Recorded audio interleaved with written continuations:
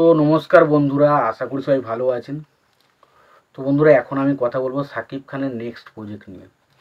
সাকিব খানের next project কী হতে চলেছে, কার সাথে হতে চলেছে, কে প্রযোজনা করতে চলেছে, ছবির নাম কী হতে চলেছে, ছবিতে সাকিব খানের ক্যারেক্টার কী হতে চলেছে, সেই সমস্ত বিষয় নিয়ে আলোচনা অবশ্যই করব। তো তার আগে আপনাদেরকে একটাই কথা বলবো যে যদি আপনারা আমার চ্যানেলে নতুন হয়ে থাকেন, অবশ্যই আপনারা আমার চ্যানেলটা সাবস্ক্রাইব করে নেবেন। আর যদি আপনাদের ভিডিওটি ভালো লেগে থাকে, অবশ্যই আপনারা একটা লাইক, কমেন্ট, শেয়ার করতে ভুলবেন না। তো প্রথমত আমি যে বিষয়টা নিয়ে এখানে কথা বলবো, তো সেটা হলো সাকিব খান তার আপকামিং সিনেমা নিয়ে। তার আপকামিং সিনেমার নাম কি? তার আপকামিং সিনেমার নাম হচ্ছে once upon A time in Dhaka. পুরো পরিষ্কার কনফার্ম হয়ে গেছে যে তার পরবর্তী যে ছবিটা হতে চলেছে সেটার নাম হচ্ছে once upon A time in Dhaka. মোটামুটি আন্দাজ বুঝতে পেরেছেন কি সিনেমা আসতে চলেছে। তো পরবর্তী যে সিনেমাটা আমরা ভাবছিলাম হয়তো মেজরের সিনেমাটা আসতে পারে, সেটা কিন্তু হয়তো আসবে পরে। কিন্তু প্রথমে সে আবারও একটা গ্যাংস্টার চরিত্রে আসতে চলেছে।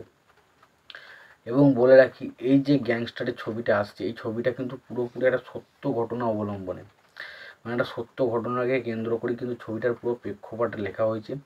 এবং এই ছবির পুরো গল্প এবং চিত্রনাট্যের কাজ করেছেন তিনি হলেন মেজউদ্দিন টাইপের একজন মানুষ। সে কিন্তু পুরো গল্পের কাজটা করেছেন। এবং ছবির পরিচালক হিসেবে কাজ করেছেন আবু হায়াত মোহাম্মদ। সে কিন্তু এই ছবির পরিচালকের দায়িত্বে থাকছেন। এবং বলে রাখি, এই ছবিটা নিয়ে আমি কেন বেশি এক্সাইটেড, তার প্রথমত কারণ হচ্ছে সাকিব খান নিজেই। কারণ সাকিব খান যে ছবিতে থাকে সেই ছবির দ্বিগুণ ক্রেজ একটা হয়ে যায়, এবং তার পাশাপাশি সেই ছবি নিয়ে একটা আলাদা রকম মানে উন্মাদনা সৃষ্টি হয়। তবে সব থেকে বড় কথা হচ্ছে, এই ছবিতে আর একজন এমন লেজেন্ডারি মানুষ থাকতে চলেছে যিনি আমার সব থেকে পছন্দের বাংলাদেশি অভিনেতাদের মধ্যে একজন।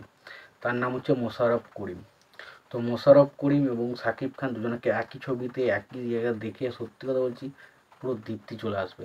সেই কারণে এই ছবিটা নিয়ে আমি প্রচণ্ড বেশি এক্সাইটেড। এবং পাশাপাশি লিড চরিত্রে আমরা দেখতে পেতে চলেছি আমাদের এপার বাংলার নায়িকা মধুমিতা সরকারকে।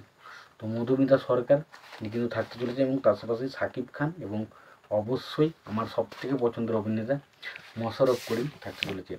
তো সত্যি কথা বলছি, এই তিনজন কাস্টিং মধ্যে আমি মধুমিতা সরকারকে অতটা আমার যে বিশাল ভালো লাগে সেটা কিন্তু নয়, ঠিকঠাক লাগে। বাট চঞ্চল চৌধুরী, নাসিরুদ্দিন খান, মোশাররফ করিম, এ ভাই বিশেষ করে আমার মোশাররফ করিম আর নাসিরুদ্দিন খান আমার ব্যাপক লাগে। তো মোশাররফ করিম এবং অবশ্যই মোশাররফ করিম এবং সাকিব খান দুজনকে একই সিনেমাতে দেখতে পেয়ে খুব এক্সাইটেড। তো দেখা যাক ছবিটা কেমন হয়। তোমাদের কি মতামত এই বিষয়ে অবশ্যই জানিও। ভিডিওটি ভালো লাগে থাকলে লাইক, কমেন্ট, শেয়ার করে দিও। চ্যানেলটা নতুন হয়ে থাকলে অবশ্যই তোমরা চ্যানেলটা সাবস্ক্রাইব করে নিও, পাশে বেল আইকনটা অবশ্যই প্রেস করে দিও। ভালো থেকো, সুস্থ থেকো, দেখা হচ্ছে পরে ভিডিও।